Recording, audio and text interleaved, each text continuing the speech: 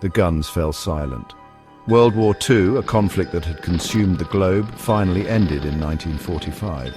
From the ashes, a new world order began to emerge, but amidst the hope and the rebuilding, a shadow loomed. The Soviet Union, a wartime ally, began to exert its influence over Eastern Europe. A palpable tension grew between East and West, a stark contrast to the fragile peace. The United States and its allies, deeply scarred by the horrors of war, watched with growing concern. The Soviet Union's actions, its tightening grip on Eastern Europe, spoke of an unsettling ambition. The spectre of conflict, of a world perpetually on the brink, haunted the dreams of a generation. The world, so recently liberated, braced itself for a new kind of confrontation. Winston Churchill, the resolute British Prime Minister, gave voice to the world's fears. In his famous Iron Curtain speech, he warned of the Soviet Union's growing influence. His words resonated deeply, capturing the sense of division that was rapidly solidifying across Europe. The continent was cleaved in two, separated by ideology, fear, and the very real threat of violence. The Cold War had begun. It was a conflict unlike any before, fought not on traditional battlefields, but in the realms of espionage, propaganda, and technological one-upmanship. The threat of nuclear annihilation hung heavy in the air, a terrifying reminder of the stakes involved. The world held its breath, caught in a dangerous game of chess between superpowers. The Cold War was a time of secrets and shadows. Espionage became a crucial weapon as both sides sought to penetrate the other's intelligence networks. Spies operated in the shadows, stealing secrets, planting misinformation, and influencing events from behind the scenes. Every embassy, every government office, every research laboratory became a potential battleground. Names like Kim Philby, Aldrich Ames, and Klaus Fuchs became synonymous with betrayal and intrigue. These were individuals who, driven by ideology or personal gain, betrayed their countries and compromised the security of the Western world. Their actions had far-reaching consequences, shaping the course of the Cold War and fueling the atmosphere of paranoia that pervaded the era. In the face of this growing threat, the West sought strength in unity. On April 4, 1949, the North Atlantic Treaty Organization, or NATO, was born. This alliance, formed between North American and European nations, was founded on the principle of collective defense. An attack against one member would be considered an attack against all. NATO was more than just a military alliance. It represented a shared commitment to democracy, freedom, and the rule of law. It was a bulwark against the spread of communism, a beacon of hope in a world teetering on the brink. NATO's formation marked a turning point in the Cold War, drawing a line in the sand and sending a clear message to the Soviet Union: aggression would not be tolerated. Section 5. Rebuilding amidst the shadows.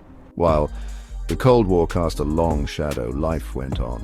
Post-war Europe, ravaged by conflict, began the arduous task of rebuilding. The Marshall Plan, a massive economic aid program funded by the United States, provided crucial assistance to war-torn nations. Cities rose from the ashes, economies recovered, and a sense of normalcy slowly returned. But the Cold War was never far from mind. Behind the scenes, the secret war continued. Intelligence agencies on both sides operated with increased intensity, recruiting agents, cracking codes, and seeking any advantage in this high-stakes game of cat and mouse. The threat of nuclear war remained, a constant reminder of the fragility of peace. Section 6. The Silent War of Secrets. Espionage became an art form during the Cold War. The KGB, the Soviet Union's intelligence agency, was a formidable adversary known for its ruthlessness and its vast network of informants.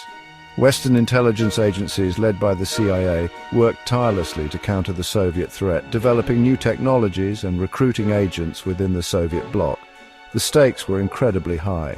Every piece of intelligence, every defector, every successful operation could tip the balance of power. The world watched with bated breath as crises erupted in Berlin, Korea, and Cuba, each incident bringing the superpowers closer to the brink of war. Section 7. A wall crumbles, a new dawn. Then in 1989, the unthinkable happened. The Berlin Wall, a potent symbol of division for nearly 3 decades, crumbled. Spurred on by popular uprisings across Eastern Europe, the communist bloc began to disintegrate. The Soviet Union itself dissolved in 1991, marking the end of the Cold War. NATO faced a new reality. Its original enemy had vanished, but the world remained a dangerous place. Ethnic conflicts erupted in the Balkans, and the rise of new threats such as terrorism and rogue states demanded a reassessment of NATO's role in the post-Cold War world. Section 8. Terrorism strikes, a unified response. The attacks of September 11, 2001 shook the world to its core. For the first time in its history, NATO invoked Article 5, its collective defense clause, in response to an attack on one of its members, the United States. This act of solidarity demonstrated the enduring strength of the transatlantic alliance. NATO played a crucial role in the subsequent war on terror, leading the International Security Assistance Force in Afghanistan for over a decade. This mission, focused on stabilizing the country and preventing it from becoming a safe haven for terrorists, tested NATO's capabilities and highlighted the evolving nature of security threats in the 21st century. Section 9. The digital battlefield. Today the battle space has extended beyond traditional borders and into the digital realm. Cyber attacks, disinformation campaigns, and the weaponization of information pose new and complex challenges to NATO.